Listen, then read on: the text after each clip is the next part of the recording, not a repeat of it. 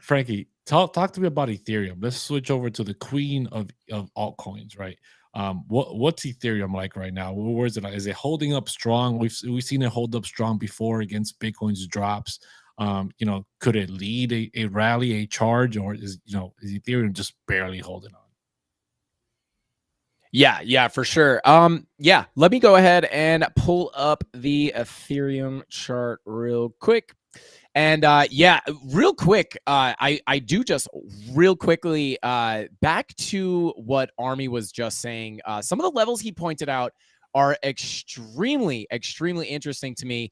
Let me go ahead and boom. Okay, so real quick, I'm gonna go straight to Ethereum, but real quick, Army was talking about what was it? It was 20,800 between 20,700 and 20,007 and 20,009.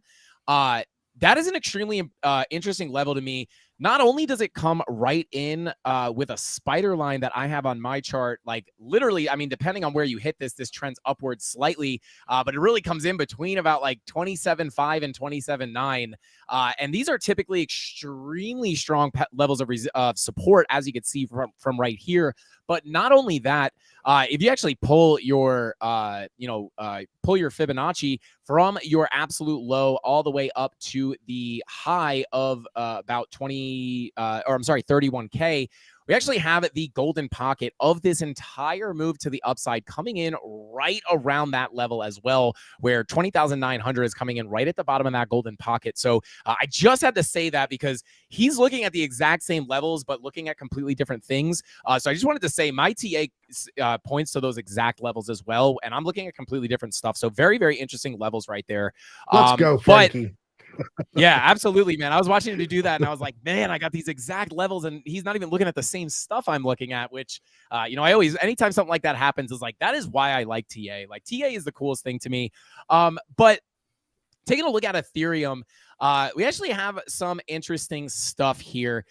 Now, a really, really big level that I would be looking at on Ethereum, at least to the downside, coming up to the daily chart. Yeah, it is looking like it may want to roll back to the downside, and kind of looking at the main levels I would be looking at here, or kind of how I am interpreting this is, right, I'm looking at the value area, right? I use the volume profiles constantly. They're extremely reliable, and basically, the way I handle these is, I find the range lows, I find the range highs, and I look for longs at the lows and shorts at the highs, right? And typically with a volume profile or a value area, when you get support on the value area low, it's very likely that you'll get a move up to the value area high, as long as you don't lose the low, right? You hold support on the low, likely that you go to the high. You can see it happened right here. And then obviously the point of control, this level right in the middle, does give you a lot of support and resistance depending on if you're above or below it. But you can see here, we held the lows. We got a little resistance on the point of control, but eventually made it to the high as expected. And then you rejected the highs, came down to the point of control. And like I said, it does act as strong support. You got a deviation outside of your range. And at this point, I would look at this as Ethereum kind of being overbought, right? So when you come out of your value area, you could kind of think of this as being an overbought level, and price is likely to come back into that value area, because this is kind of, you could think of this as a balanced price for Bitcoin, right? Or I'm sorry, Ethereum in this case. So basically how I would be treating this is, we had broken back below into the range. We got support on the point of control, and then we got to move back up to the value area high. We wicked up a little bit, but we could not get above that value area high, in which case I would expect a move down to the value area low, which we almost got, but did not quite touch it. And now we are coming back up, and we are currently bearishly retesting this point of control. And if we can't get back above this point of control, the next likely spot, the next likely price for, or the next likely place for price to go would be back down to the value area low, which comes in at about $17,018, right? Or $17.17. And that could be the next price for Ethereum if we can't get back above this key level, which is the point of control of the range. And not only that, let me see, there is also, let me just pull up a, Let me pull up a different ETH chart. I have another one.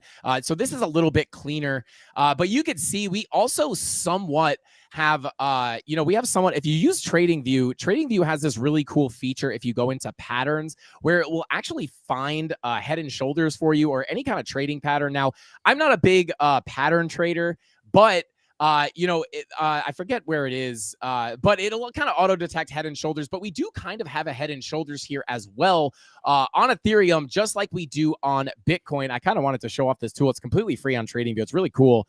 But whether, there's probably a few different ways to interpret this, but you basically have a left shoulder, a head, and a right shoulder with your neckline kind of coming up like this.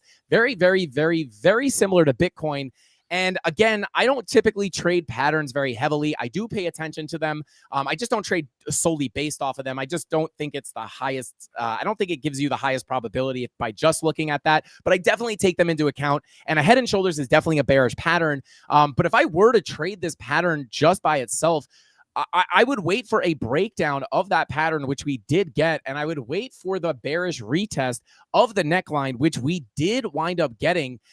So this is somewhat bearish to me. So not only are we bearishly retesting that point of control that I was just talking about, in which case, if we don't get above this, the next likely spot to go will be basically to about $1,700.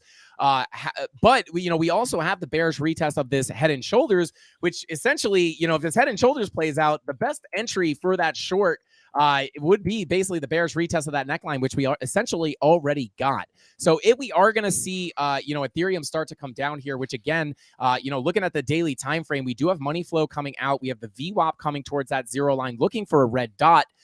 Could potentially give you that move down to about $1,700. In which case, that may not be the worst place to be looking for a potential scalp long, because if we do wind up getting that move down to about $1,700, which is the value area low of the range that I'm looking at. But if you do wind up getting that, you may set yourself up for a potential bullish divergence on the daily time frame. Obviously, very speculative. You'd have to wait for price action to play out and reassess the situation when you get there. But if you did get that move, you would have lower lows on your price action with higher low. If you do get the higher lows on your momentum waves, that may be a decent scalp long opportunity. But bearishly retesting that point of control and the neckline after breaking down out of that head and shoulders. If we don't get back above that POC, things could get ugly for Ethereum, and it could wind up heading down to about $1,718.